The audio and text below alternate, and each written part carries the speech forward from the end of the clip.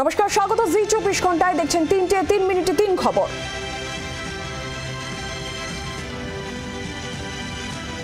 জি 24 ঘন্টা যা কালিভাল স্টুডিও থেকে নীলাঞ্জনা রয়েছে আপনাদের সঙ্গে এবং আমি আপনাদের জানাবো ওড়িশার খবর। বিজেপির শাসিত ওড়িশায় ক্যাম্পাসে গায়ে আগুন ছাত্রীর, কি কারণে আর এই নিয়ে রাজনৈতিক দরজাও শুরু হয়েছে, সেই সম্পর্কে বিস্তারিত তথ্য দেব আপনাদের। পর আমি সৈকত নিউজরুম থেকে আপনাদের যে খবর দেব, ভাঙড়ের পর এবার বীরভূমে তৃণমূলের অঞ্চল সভাপতি খুন। কারা খুন করলো, কি কারণ, পুলিশ কি জানাচ্ছে, দেখাবো একটু পর। ভাঙড়ে তৃণমূল কংগ্রেস নেতা হত্যাকাণ্ডে জড়িত এবং সন্দেহে গ্রেফতার করা হয়েছে আরেক তৃণমূল নেতাকে, কিন্তু কি কারণ বিস্তারিত জানাবো আমি আহেলি। যে খবর আপনাদের জানাবো ওড়িশার বিজেপির শাসিত ওড়িশায়, যেখানে কলেজ ক্যাম্পাসে গায়ে আগুন দিয়ে দিলেন এক ছাত্রী। অধ্যাপকের বিরুদ্ধে যৌন নির্যাতনের অভিযোগ উঠছে। এক্সে পোস্ট করে বিজেপিকে নিশানা করেছে তৃণমূল। বেটি বাঁচাও বেটি পড়াও স্লোগান ভুয়ো। ওড়িশার মুখ্যমন্ত্রী কেন চুপ, এই প্রশ্ন তৃণমূলের। কেন নিন্দা জানালেন না প্রধানমন্ত্রী? এক্সে পোস্ট করে বিজেপিকে নিশানা তৃণমূলের। এবং এই ঘটনায় 90%, ওই তরুণের 90% পুড়ে গিয়েছে। ভুবনেশ্বর এমসে আশঙ্কাজনক অবস্থায় হাসপাতালে চিকিৎসাধীন রয়েছেন ওই তরুণী। এবং যে অভিযোগ উঠছে অধ্যাপকের বিরুদ্ধে যৌন নির্যাতনের অভিযোগ, এবং এই অভিযোগ সে বারবার করে জানিয়েছিল, কিন্তু কোনো ব্যবস্থা কলেজ কর্তৃপক্ষ নেয়নি। এবং ইতিমধ্যেই যেটা জানা যাচ্ছে যে এই কলেজের অধ্যক্ষকে সাসপেন্ড করা হয়েছে। বিজেপির শাসিত ওড়িশায় কলেজ ক্যাম্পাসে গায়ে আগুন লাগিয়ে প্রতিবাদ জানালেন ওই ছাত্রী। বিচার চেয়েছেন ওই ছাত্রী। অধ্যাপকের বিরুদ্ধে যৌন নির্যাতনের অভিযোগ, যেই অভিযোগ বারবার করে সে জানিয়েছিল, কিন্তু কোনো পদক্ষেপ করা হয়নি, কোনো ব্যবস্থা নেওয়া হয়নি অভিযুক্ত অধ্যাপকের বিরুদ্ধে। এবং এই ঘটনা সামনে আসার পর অধ্যক্ষকে সাসপেন্ড করা হয়েছে। বিজেপি নেতা রাহুল সিনহা টেলিফোন লাইনে রয়েছেন আমাদের সঙ্গে। কি বলবেন রাহুল বাবু? ওড়িশায় কলেজ ক্যাম্পাসে এক ছাত্রী গায়ে আগুন লাগিয়ে দিল বিচার চেয়ে, কারণ অধ্যাপক যৌন নির্যাতন করেছে এই অভিযোগ তার। সে বারবার জানিয়েছে, কোনো পদক্ষেপ করা হয়নি। দেখুন, বিষয় হচ্ছে যে ঘটনা ঘটেছে এবং তার গুরুত্ব বুঝে অধ্যক্ষকে সাসপেন্ড করা হয়েছে। কিন্তু আমরা যদি এই রাজ্যে দেখি, এই রাজ্যে কিন্তু বিন্দুমাত্র তার কোনো রকম শাস্তির ব্যবস্থা আমরা দেখি না। তবু আমরা এই নিয়ে রাজনীতি করতে চাই না। এই ঘটনা কড়া হাতে দমন করা উচিত আছে, কোনো রাজনীতিতে দেখা উচিত নয়। এবং যেভাবে বালেশ্বরের এই ঘটনা, তা অত্যন্ত উদ্বেগজনক, চিন্তাজনক। এবং আমি মনে করি যে মহিলাদের ওপর অত্যাচার যেভাবে বাড়তে শুরু করেছে, সেই অত্যাচারের বিরুদ্ধে সমগ্র মানুষ এবং সরকার এবং পুলিশ প্রশাসনের একত্রিত হওয়া দরকার। রাহুল বাবু, 90% পুড়ে গিয়েছে ওই ছাত্রীর, হাসপাতালে ভর্তি, তারপরে অধ্যক্ষকে সাসপেন্ড করা হচ্ছে। না না, ঠিক আছে, সাসপেন্ড তো করা হচ্ছে, আগে করলে ভালো হতো, এই বিষয়ে কোনো সন্দেহ নেই। কিন্তু আমরা যদি এই রাজ্যে দেখি, যে রাজ্যে বসে বলছি, এই রাজ্যে তো 90% কেন 100% পুড়ে যাওয়ার পরেও কিছু হয় না। কিন্তু তবুও শেষ পর্যন্ত পদক্ষেপ নিয়েছে। আরো আগে পদক্ষেপ নেওয়া উচিত ছিল, এই বিষয়ে কোনো সন্দেহ নেই। কিন্তু যে ঘটনা, এই ঘটনা অত্যন্ত বেদনাদায়ক বলে আমরা মনে করি। ধন্যবাদ আপনাকে।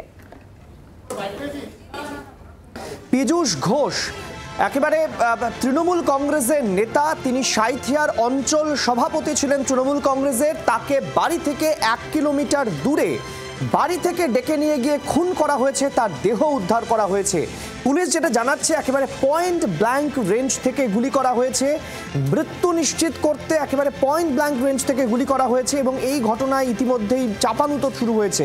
3 জনকে আটক করা হয়েছে। চাঞ্চল্যকর বিষয় এটাই যে এই গ্রেফতারিতে বা আটকে এখনো পর্যন্ত যেটা জানা যাচ্ছে যে 2 জন মহিলা। কেন খুন করা হলো? ব্যবসায়িক শত্রুতা, তিনি বালির ব্যবসা করতেন, তাকে কি ব্যবসায়িক শত্রুতাতে খুন করা হয়েছে, নাকি কোনো রাজনৈতিক কারণ? কারণ ইতিমধ্যে দেখা যাচ্ছে বিভিন্ন জায়গায় শাসক দলের নেতারা টার্গেট হচ্ছেন। আমরা শোনাবো যে কি প্রতিক্রিয়া আসছে এই ঘটনায়। আমরা এই মুহূর্তে দাঁড়িয়ে আছি একেবারে যে পীযূষ ঘোষের মৃত্যু হয়েছে তার বাড়ির সামনে। ইতিমধ্যেই নেতৃত্ব যারা আছেন তারা এসেছেন, দেখা করেছেন, পরিবারের লোকের সাথে কথা বলেছেন। ঘটনাকে কেন্দ্র করে রীতিমতো রাজনৈতিক চাপানোতর বৃদ্ধি পাচ্ছে। যে রাজনৈতিক চাপানোতর বৃদ্ধি পাচ্ছে, একদিকে শাসক দল অর্থাৎ তৃণমূল নেতৃত্ব ঘটনার সঠিক তদন্তের দাবি করছেন, পরিবারের লোক রাজনৈতিক উদ্দেশ্যেই খুন এমনটা দাবি করছেন, আবার পাশাপাশি বিরোধীরা কার্যত কিন্তু বলছেন তৃণমূলের শাসক দলের গোষ্ঠীতন্ত্রের জেরেই ঘটনা। পুলিশি তদন্তে সঠিক তথ্য বেরিয়ে আসে কিনা বা কাউকে গ্রেপ্তার করা হচ্ছে কিনা, এগুলোই এখন সব থেকে বড় দেখার বিষয়। ক্যামেরায় চন্দন কর্মকারের সাথে প্রসেনজিৎ মালাকার, জি 24 ঘন্টা। মৃতের স্ত্রী কি বলছেন শোনাবো।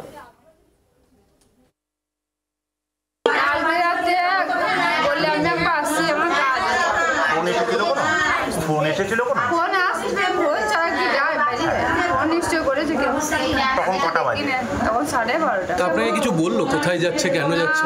বললো যে আমি একবার আসছি, আমি যেও না হয়ে আছে মারবে। আমি 1:30 বাজে তখন একবার ফোন করলাম, হ্যালো হ্যালো বললো। আমাকে তো হুমকি দেখায় তো, তারা অন্য পার্টি দেখতে হবে। কি হুমকি দিত? মানে কোনো চিরকুট দিয়েছিল কি? মানে ওই যে পদ দেওয়া আছে সেই পদটা ছাড়তে হবে।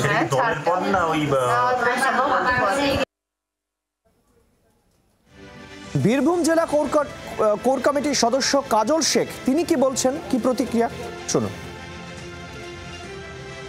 এই এরিয়ায় এই ধরনের কোনো দ্বন্দ্ব বিগত দিনে ছিল না, এই ধরনের কোনো ঘটনা ঘটেনি। এটা শান্তপ্রিয় এরিয়া। এই শান্তপ্রিয় এরিয়াকে কারা বা কে অশান্ত করার চেষ্টা করছে সেটা পুলিশ তদন্ত করছে। আর বিজেপি তো এই ধরনের ঘৃণ্য চক্রান্তের সঙ্গে সবসময় যে যুক্ত থাকে, কারণ তাদের পায়ের তলায় মাটি নেই।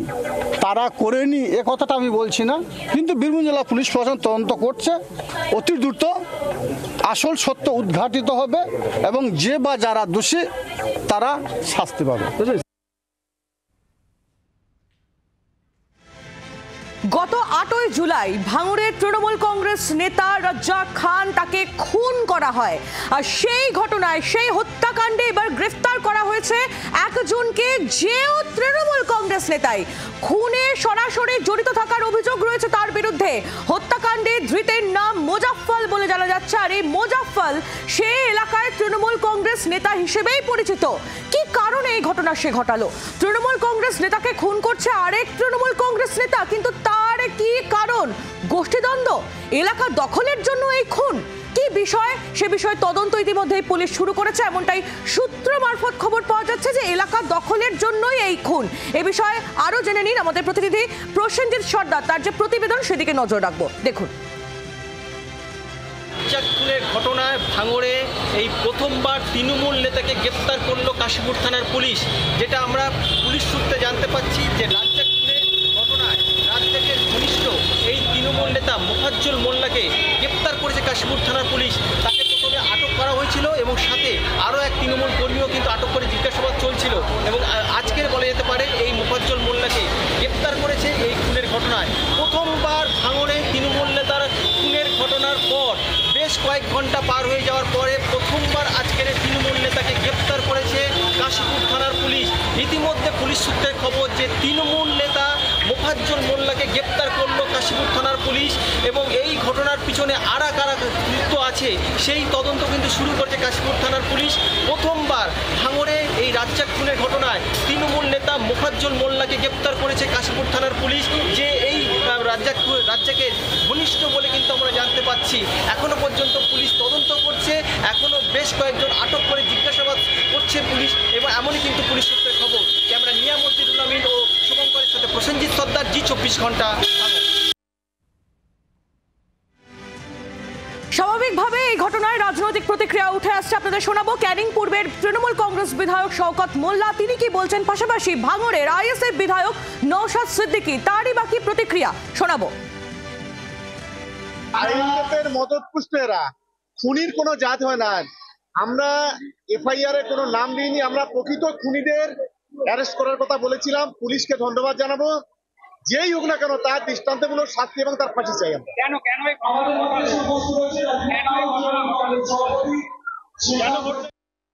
সবসময় আইএসএফ ফোবিয়াতে ভুগছে, আইএসএফ আতঙ্কে ভুগছে, সেজন্য সবসময় আইএসএফ এর নাম নিয়ে বলছে আর নওশাদ সিদ্দিকীর নাম নিয়ে বলছে।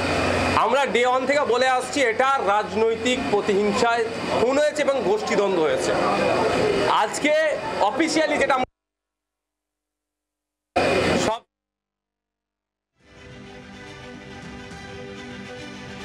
আর এবার যে খবরের দিকে নজর রাখতে হচ্ছে, জি 24 ঘন্টার খবরের যে নিরাপদ স্থানে সরিয়ে নিয়ে যাওয়া হচ্ছে ওই রোগীকে কল্যাণী জেএনএম হাসপাতাল। আপনাদের দেখিয়েছিলাম একজন রোগী চিকিৎসা করাতে এসে তার ছেলে তাকে ফেলে পালিয়ে যায়। 5 দিন ধরে আউটডোরে চিকিৎসা করাতে এসেছিল, 5 দিন ধরে নগ্ন অবস্থায় ট্রলিতে পড়েছিল ওই রোগী। অবশেষে জি 24 ঘন্টায় খবর সম্প্রচার করে এবং নিরাপদ স্থানে ওই রোগীকে সরিয়ে নিয়ে যাওয়া হয়েছে বলে জানা যাচ্ছে। এবং ওই রোগী HIV আক্রান্ত বলে খবর পাওয়া যাচ্ছে এবং সেই কারণে কল্যাণী জেএনএম হাসপাতালে তাকে ভর্তি করা সম্ভব নয়। তবে রোগীর পরিবারের সঙ্গে যোগাযোগ করা গিয়েছে। চিকিৎসকদের কি বক্তব্য শোনাবো।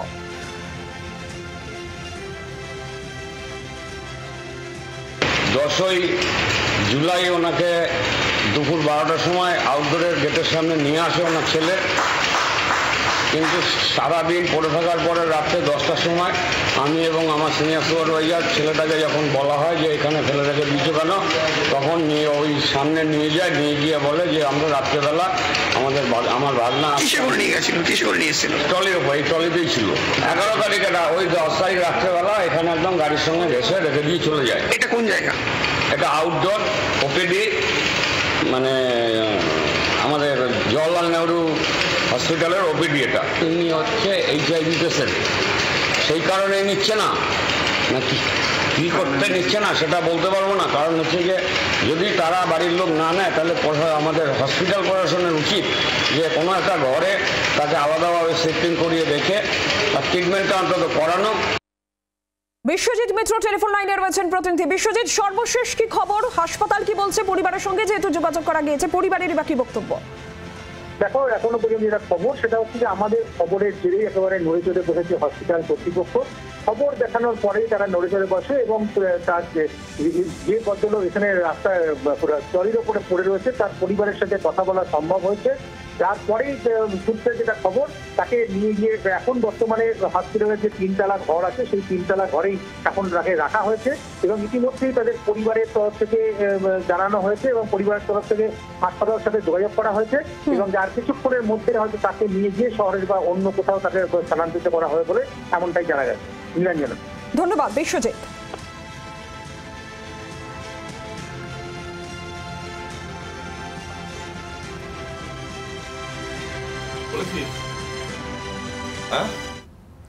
IIM জোকা, এই সেখানে যে ধর্ষণের ঘটনা, সেই ঘটনায় বারবার করে ওই তরুণী যিনি থানায় গিয়ে তার ধর্ষণের অভিযোগ দায়ের করেছিলেন, সেই অভিযোগের প্রেক্ষিতে পুলিশ তদন্ত করছে, কিন্তু এখনও ওই নির্যাতিতার বাবা দাবি করে আসছেন তেমন কিছু ঘটনা ঘটেনি।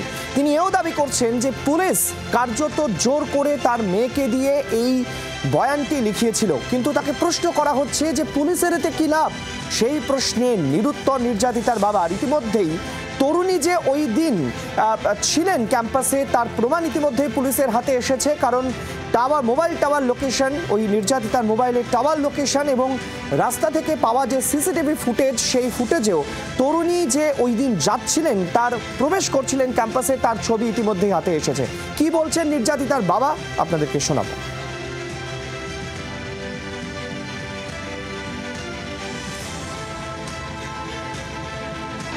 ইংরেজিতে ড্রাফট করেছিল, সেটাতে ওকে সই করতে বাধ্য করেছে। বলেছিল বাবা আসুক, বাবাকে ফোন করতে দেয়নি এবং ওদেরও একটা লাইবিলিটি নেই পুলিশের, যে একটা মহিলা এতক্ষণ সারা রাত নেই, তার বাবাকে অন্তত একটা ইনফর্ম করি না, সে খোঁজাখুঁজি করবে, এটুকু করেনি। আর ফোনও করতে দেয়নি, ওখানে সই করে নিয়েছে ওকে।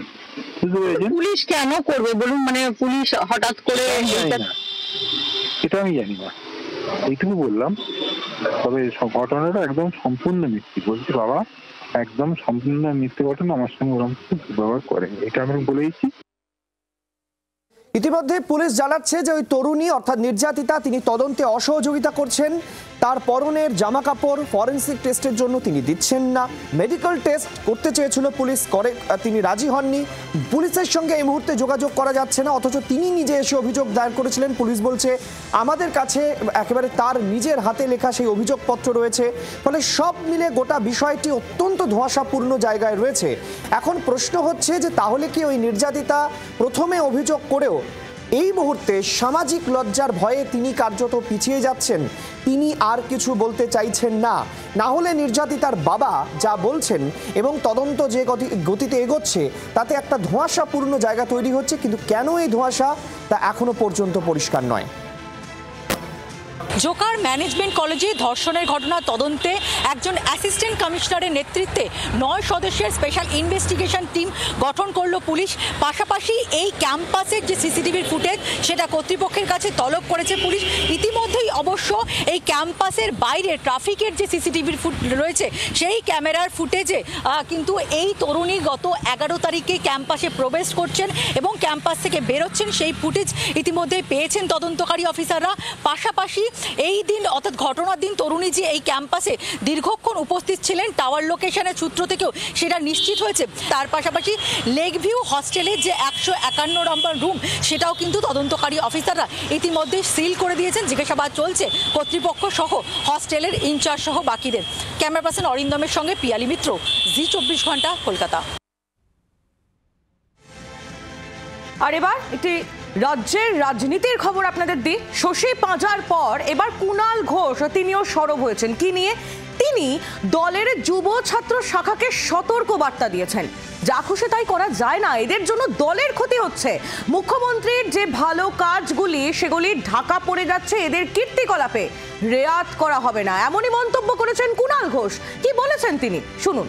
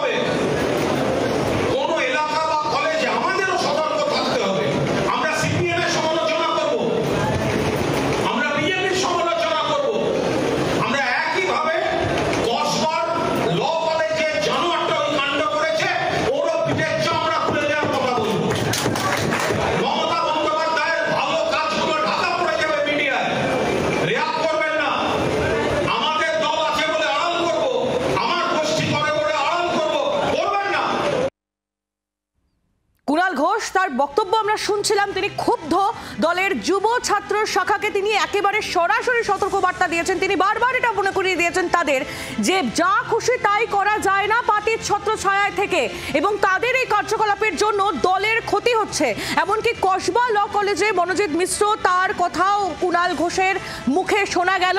নাম না করে মনোজিৎ মিশ্রের উদ্দেশ্যেও বার্তা দিয়েছেন কুণাল ঘোষ। এবং কুণাল ঘোষের এই বক্তব্যের আগে শশী পাঁজা, রাজ্যের মন্ত্রী, তিনিও দলের ছাত্র যুব সংগঠনের উপর ক্ষোভ প্রকাশ করেছিলেন। কি বলেছিলেন তিনি, শুনুন।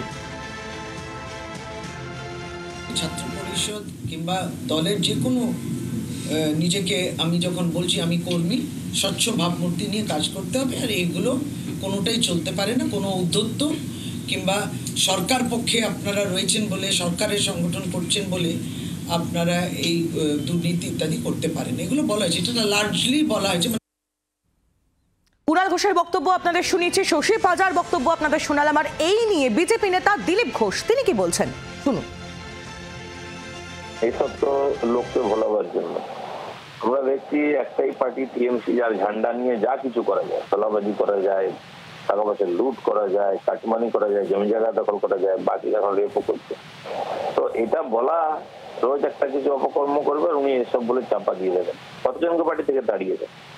যারা দুর্নীতি করেছেন, 600 কোটি টাকা লুট করেছেন, জেলে গেছেন, তারপরে তাকে পদ থেকেও বহিষ্কার করা হয়নি। তো আজকে পার্টিটা পচে গেছে। দিনকে দিন এরকম ঘটনা ঘটবে, পিঠ বাঁচাবার জন্য কিছু নেতারা স্টেটমেন্ট দিয়ে দেবে।